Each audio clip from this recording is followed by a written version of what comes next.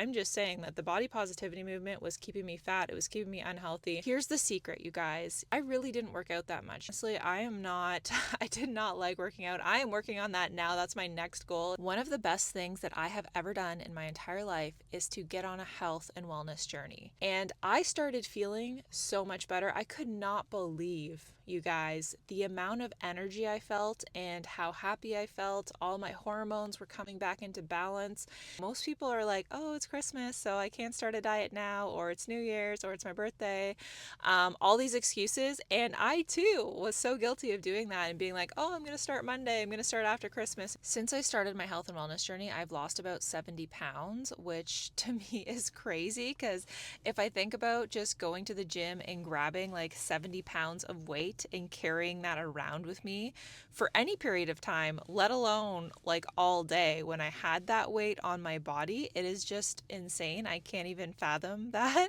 And so I wanted to pop on and chat a little bit about my health and wellness journey, how I started it, where I came from, and how I actually lost the 70 pounds, because I know when you are thinking about getting on a health and wellness journey, it is so overwhelming to get started. And it really does feel like an uphill battle for a while when you are first getting started on it. So I know in the beginning of my health and wellness journey, I could use all the help that I could get. So I wanted to share my story in hopes that it will help you or at least inspire you to think about it and get started on your own health and wellness journey, because I have never felt better. I have never looked better. I have never had more energy and vitality and just overall excitement for life because of my health and wellness journey. And so, since I have the comparison and the contrast of being 70 pounds overweight, of eating a lot of crap and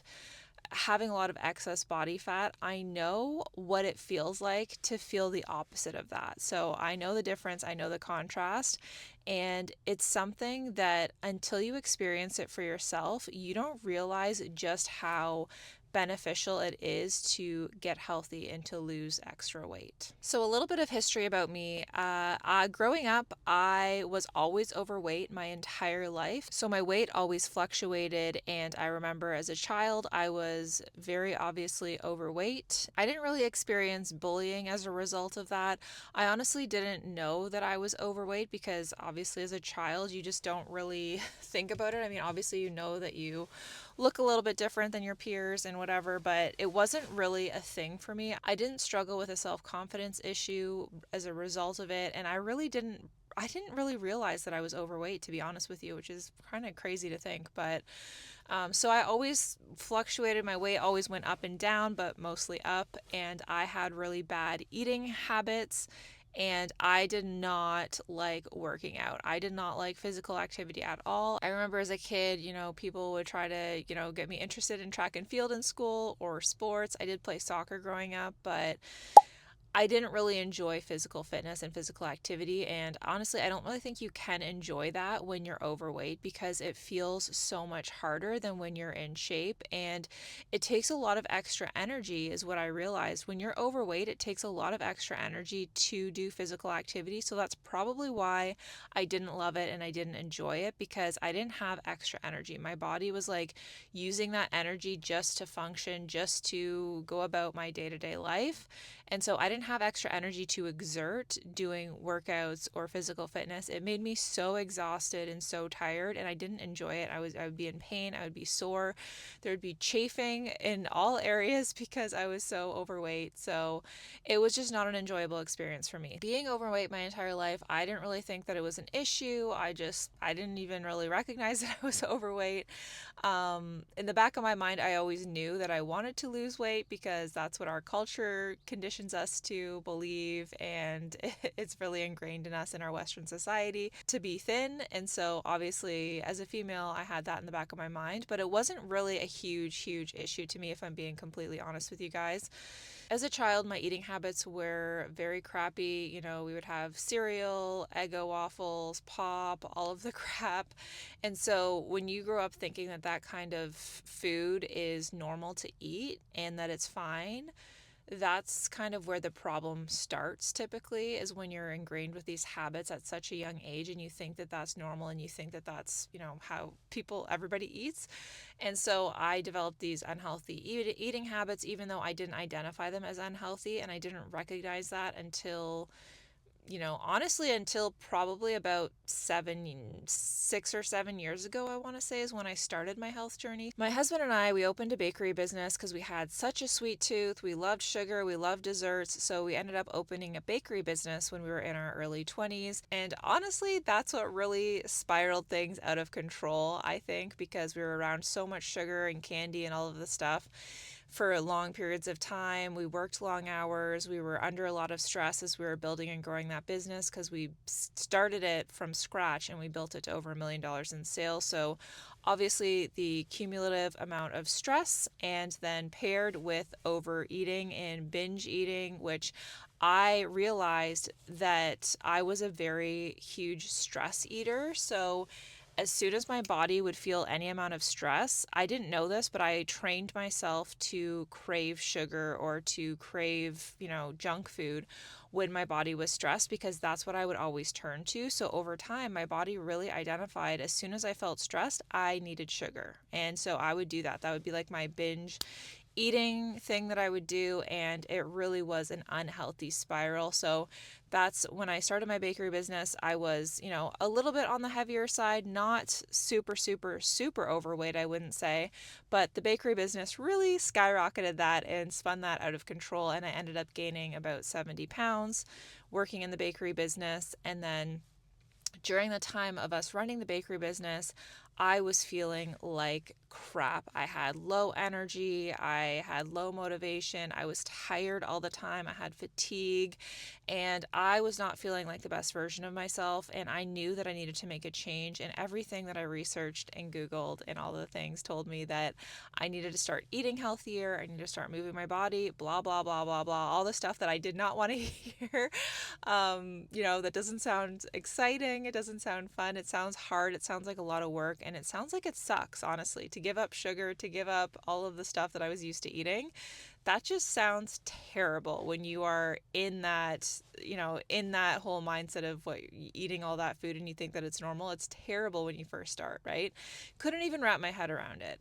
But I knew that I needed to do anything and everything to make a change in my life. And so, well into our bakery business, like years, I'm talking like probably 6 or 7 years into our bakery business, I started to take my health and wellness seriously. I knew that something needed to change, and I heard about the keto diet. So I had obviously, just like everybody, I had tried so many different diets throughout the years. I would, try them, fail at them, give up. I had no discipline. When it came down to it, that's what I realized. I had no discipline in my life. I didn't practice it in any area of my life. So therefore, it made it extremely hard to implement discipline in this area, because I didn't practice it in any other area. I didn't have discipline when it came to shopping. I didn't have discipline when it came to money, so let alone an area that I'm already struggling with. I obviously did not have discipline when it came to eating and fitness and all that stuff. So I would always start things, I would give up, I would not see the results, and I would get frustrated and I would quit and I would stop. I did that so many times. And this time I was like, you know what? I need to do anything and everything. So I decided to start the keto diet because I was hearing a lot of people trying it at the time. It was very popular when I was hearing about it, and I was like, oh, this is probably just another stupid diet, but whatever, I'll give it a try. And I did the keto diet for about 2.5 years, and that's how I lost the majority of my weight. And honestly, I felt like that was one of the easier diets to do. I don't think it's sustainable long term because it's pretty restrictive in some ways. Here's the secret, you guys. Any diet pretty much will work for you if you stick with it long enough. The thing is that you need to pick a diet that consists of the foods that you mostly already enjoy eating, okay? So if you are a meat eater and you love all of, you love your meats and your cheeses and all of these things, then doing a vegan diet is going to be awful for you. It's already hard enough to stick with a diet as it is, let alone if the majority of the food that consists of that diet is not something you enjoy. You need to pick a diet that is relatively along the lines of the foods that you enjoy. And for me, that happened to be the keto diet. So I did that when I first started it. I did like a junk version of the keto diet, so I didn't do the most healthiest version. But for me, in the beginning, it was mostly about just having consistency and discipline with sticking with something. So I really didn't care. I ate bacon, I ate cheese, I did all of the Pinterest keto recipes that you found online, all the junk food keto. I would go to keto bakeries, I would get keto sweets, I would get all of the treats, and I did that in the beginning for a while until I built up some consistency and some confidence in my ability to stick with it. And then oh, look at the sun poking through. That's so pretty. It's the sunrise this morning because I dropped Chad off to one of his races. He's running a marathon today. And I thought it was a great opportunity to talk about my health and wellness journey while he is running for 3 hours. So anyways, I built up this consistency with the keto diet, doing the junk food at first, and then I transitioned and slowly made healthier changes over time. And I think that that was the main key that helped me and allowed me to stick with it long term, was because I slowly adjusted the junk food version of the keto diet to a healthier version by taking out artificial sweeteners and did very simple, like little tweaks along the way until I started seeing better results. I started losing more weight. And that's the thing about the keto diet too, is that you get results pretty quickly because you drop a big amount of water weight in the beginning. Even though it's water weight and not necessarily fat, it is motivating. Okay. That's what I needed. I needed a lot of motivation in the beginning and I wanted to see a result. So even though it was just water weight, it psychologically helps you maintain and continue on with the process. The other thing that allowed me to stick with my diet was that I started the keto diet right before Christmas. And I did it through Christmas, I did it through my birthday, I did it through Easter, I did it through every single holiday. I just did keto alternatives to whatever foods everybody else was eating. And I did that intentionally before Christmas because, most people are like, oh, it's Christmas, so I can't start a diet now, or it's New Year's, or it's my birthday. All these excuses. And I too was so guilty of doing that and being like, oh, I'm going to start Monday, I'm going to start after Christmas and whatever. And it's like, when you do that, you're telling yourself that your health is not a priority and it's not as important as these holidays. And when you think about it, literally, it's crazy to think about. Our health is our most valuable asset, our most important asset. So, but, again, it is very hard in the beginning. So I can empathize with that. But I do really think that starting right now and not making excuses for when you're going to start, or, whatever kind of holidays are coming up, just eating your diet through those holidays and getting treats that fit into your diet. Like, just do that. Eat a healthier version of a pie, of a cookie, whatever you have to do to make it enjoyable and sustainable for you. Do that. And I will say, when I was doing the keto diet for the 2.5 years, I really didn't work out that much, you guys. Honestly, I did not like working out. I am working on that now. That's my next goal, is to work out consistently in a way that I actually enjoy it. I would love to be one of those people who is like, you know what? I look forward to my workout every day. Or even if you don't look forward to it, like just doing it without being like, oh, I have to go work out. I just want to get to that point where it's somewhat enjoyable. That would be the next goal for me, and I'm really working on that right now. But when I lost the 70 pounds, I really didn't work out that much. It was all diet related, and that really showed me that diet is so important. And I started feeling so much better. I could not believe, you guys, the amount of energy I felt and how happy I felt. All my hormones were coming back into balance and I could move easier. I felt less fatigued, so much more energy, and I just could not believe the difference. And then when I started feeling those results and those benefits from it, there was no way I was going back to my old lifestyle. That was like absolutely not, because I had the comparison of how I felt previously, and I just absolutely not. There's no way. After I did the keto diet, I then started to adapt to a more whole foods, healthy, balanced diet. I learned to eat proper portions. Actually, the funny thing is with the keto diet, you don't eat sugar on that. So that was really hard when I was running my bakery business, being surrounded by sugar. So I think that really taught me a lot of self-control as well, which really helped to pull me through that time. Long story short about that, but because I had embarked on this massive health and wellness journey, and sugar and all these processed foods were no longer part of my life personally, I started to feel really, really guilty about selling it to other people. So I was watching all the sugar documentaries. I was watching how terrible it was. All the food dye documentaries, the flavorings, all of the stuff, the processed foods. The more I was learning about how bad the stuff that I was selling was for your health and your well-being, and I was on my own health and wellness journey, I felt so guilty selling it and promoting it and running ads and doing the marketing and branding and being like, buy this cake. It's so good, even though I have not ate it in 2.5 years and I don't recommend anybody to actually eat it because it's so bad for your health. I knew that I had to close down my business, which was very, very hard. It was such a hard decision to come to because it was the main source of income for my husband and I, and it was $1 million business, and we poured so much money and so much time and love into it. And to close that down, that decision was not made lightly. Ultimately, at the end of the day, my health and wellness journey just made me lose complete interest in the baking and the processed food industry. So I knew I had to get out, and I knew how to just switch careers and figure something else out, because I could not keep promoting that and living a completely opposite lifestyle to that. So that's what happened. We ended up closing the bakery business down. And after I stopped doing the keto diet, I transitioned to just a whole foods, healthier diet. I ended up quitting alcohol because I learned how detrimental alcohol is to your health and your wellness and your weight loss journey, and that it's a leading cause of like 7 different types of cancer. Literally, when you think about it, you guys, you're drinking a poison. I mean, I have a lot of friends and family who still drink alcohol, even like nobody cares what I think about it.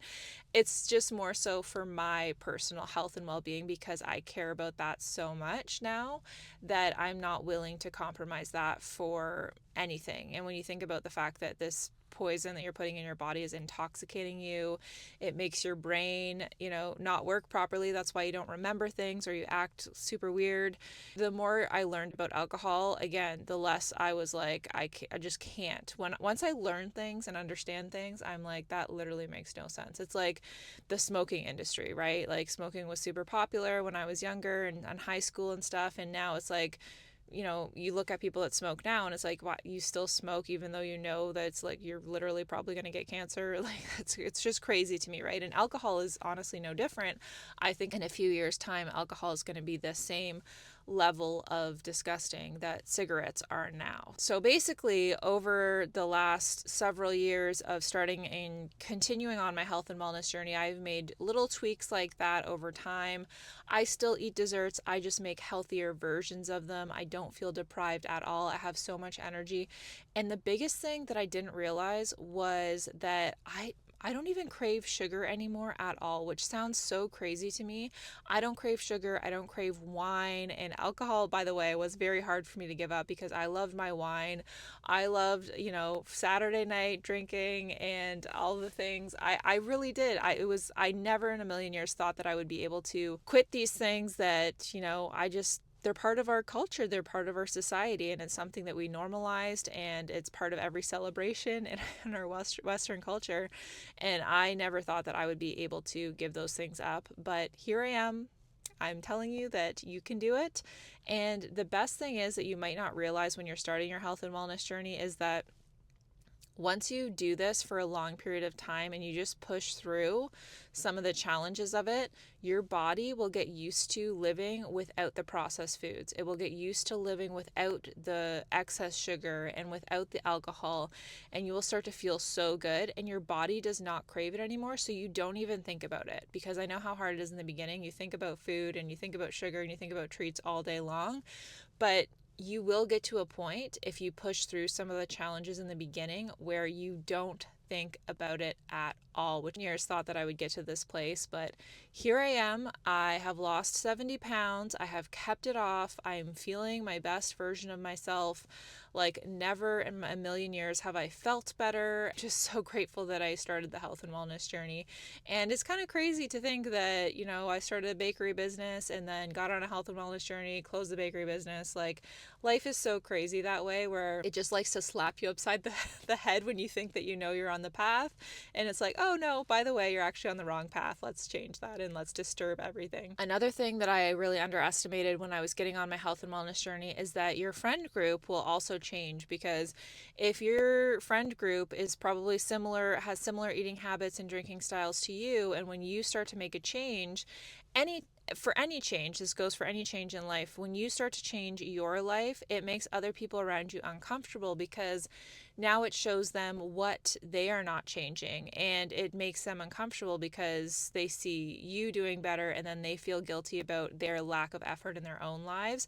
That is just a fact, and that happens all the time. I see it all the time, but especially when it comes to your health and wellness journey, it will reflect things in other people and make them extremely self-conscious in themselves, and they will try to sabotage your success. So you're going to have to get around new people, healthier people, people who prioritize health and wellness. And that really makes the process so much easier when you're around people who prioritize that themselves. And you're going out for lunch, for example, like with my friends now who care about health and wellness, it's like we're going to a healthy spot for lunch. So I don't have to, go to this, fast food place and get the salad because they want to go to the fast food place. It's like, no, we're going to go to an actual healthy, delicious lunch spot because we both care about our health and our well-being.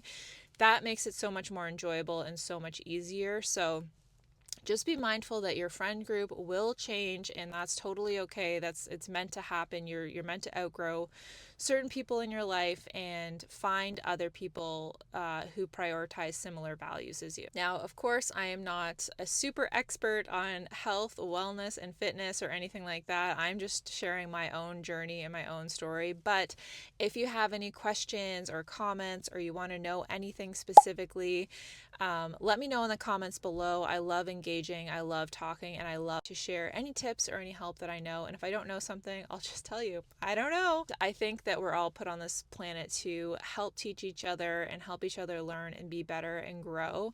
And, me being on this health journey, and I felt the opposite effects of it. One of the interesting things that I learned through my health and my wellness journey is that obesity is actually considered a disease, which I did not know. I just thought like, oh, everybody has different shapes and different bodies and whatever. And well, yes, that is true to some degree. Actually having very excess body fat is considered an actual disease, which to me is like, it's like a slap upside the head, because it's like, oh my gosh, like I'm creating this disease that I'm responsible for through my unhealthy eating and lack of movement. And I'm creating this disease for myself. Like I'm inflicting it upon myself, which is like, it's so crazy to think. Like, do you want to keep doing your lifestyle habits that are leading towards disease when it's a very obvious thing? I couldn't believe when I learned about that, because I was wrapped up, when I was overweight, I was wrapped up in the body positivity movement, which, guys, I did not I did not like it. I'm just going to let you know. I think like time and a place for it, but I think it got so skewed, the messaging behind the body positivity movement. And I'm just saying that from my own personal experience, because it was keeping me fat and it was keeping me unhealthy, because I just thought like, oh, body positivity, it's okay. I'm 70 pounds heavier and I'm just curvier. I'm just whatever. I'm overweight. It's not really a bad thing. But it is very detrimental to your health and your well-being, and I don't think that it should be societally acceptable. Now, I don't think that people should be commenting on other people's weights. I don't think people should be bullied for their weights.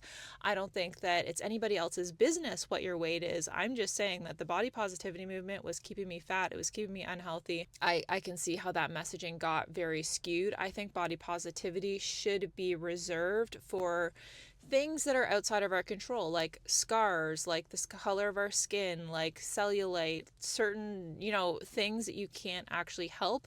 But when it comes to obesity, you are responsible for the food that you put into your mouth and the movement that you do every day. So I just don't think having a victim mindset and a body positivity mentality is really helping when it comes to our weight and our overall health and our well-being, because obesity is considered a disease, and so we shouldn't be glamorizing that. And I think that it is crazy that in our society we do that, because being obese and having that much extra weight, like having 70 pounds extra on my body, was killing me. It was killing me slowly. So I don't think that that should ever be glamorized in any way.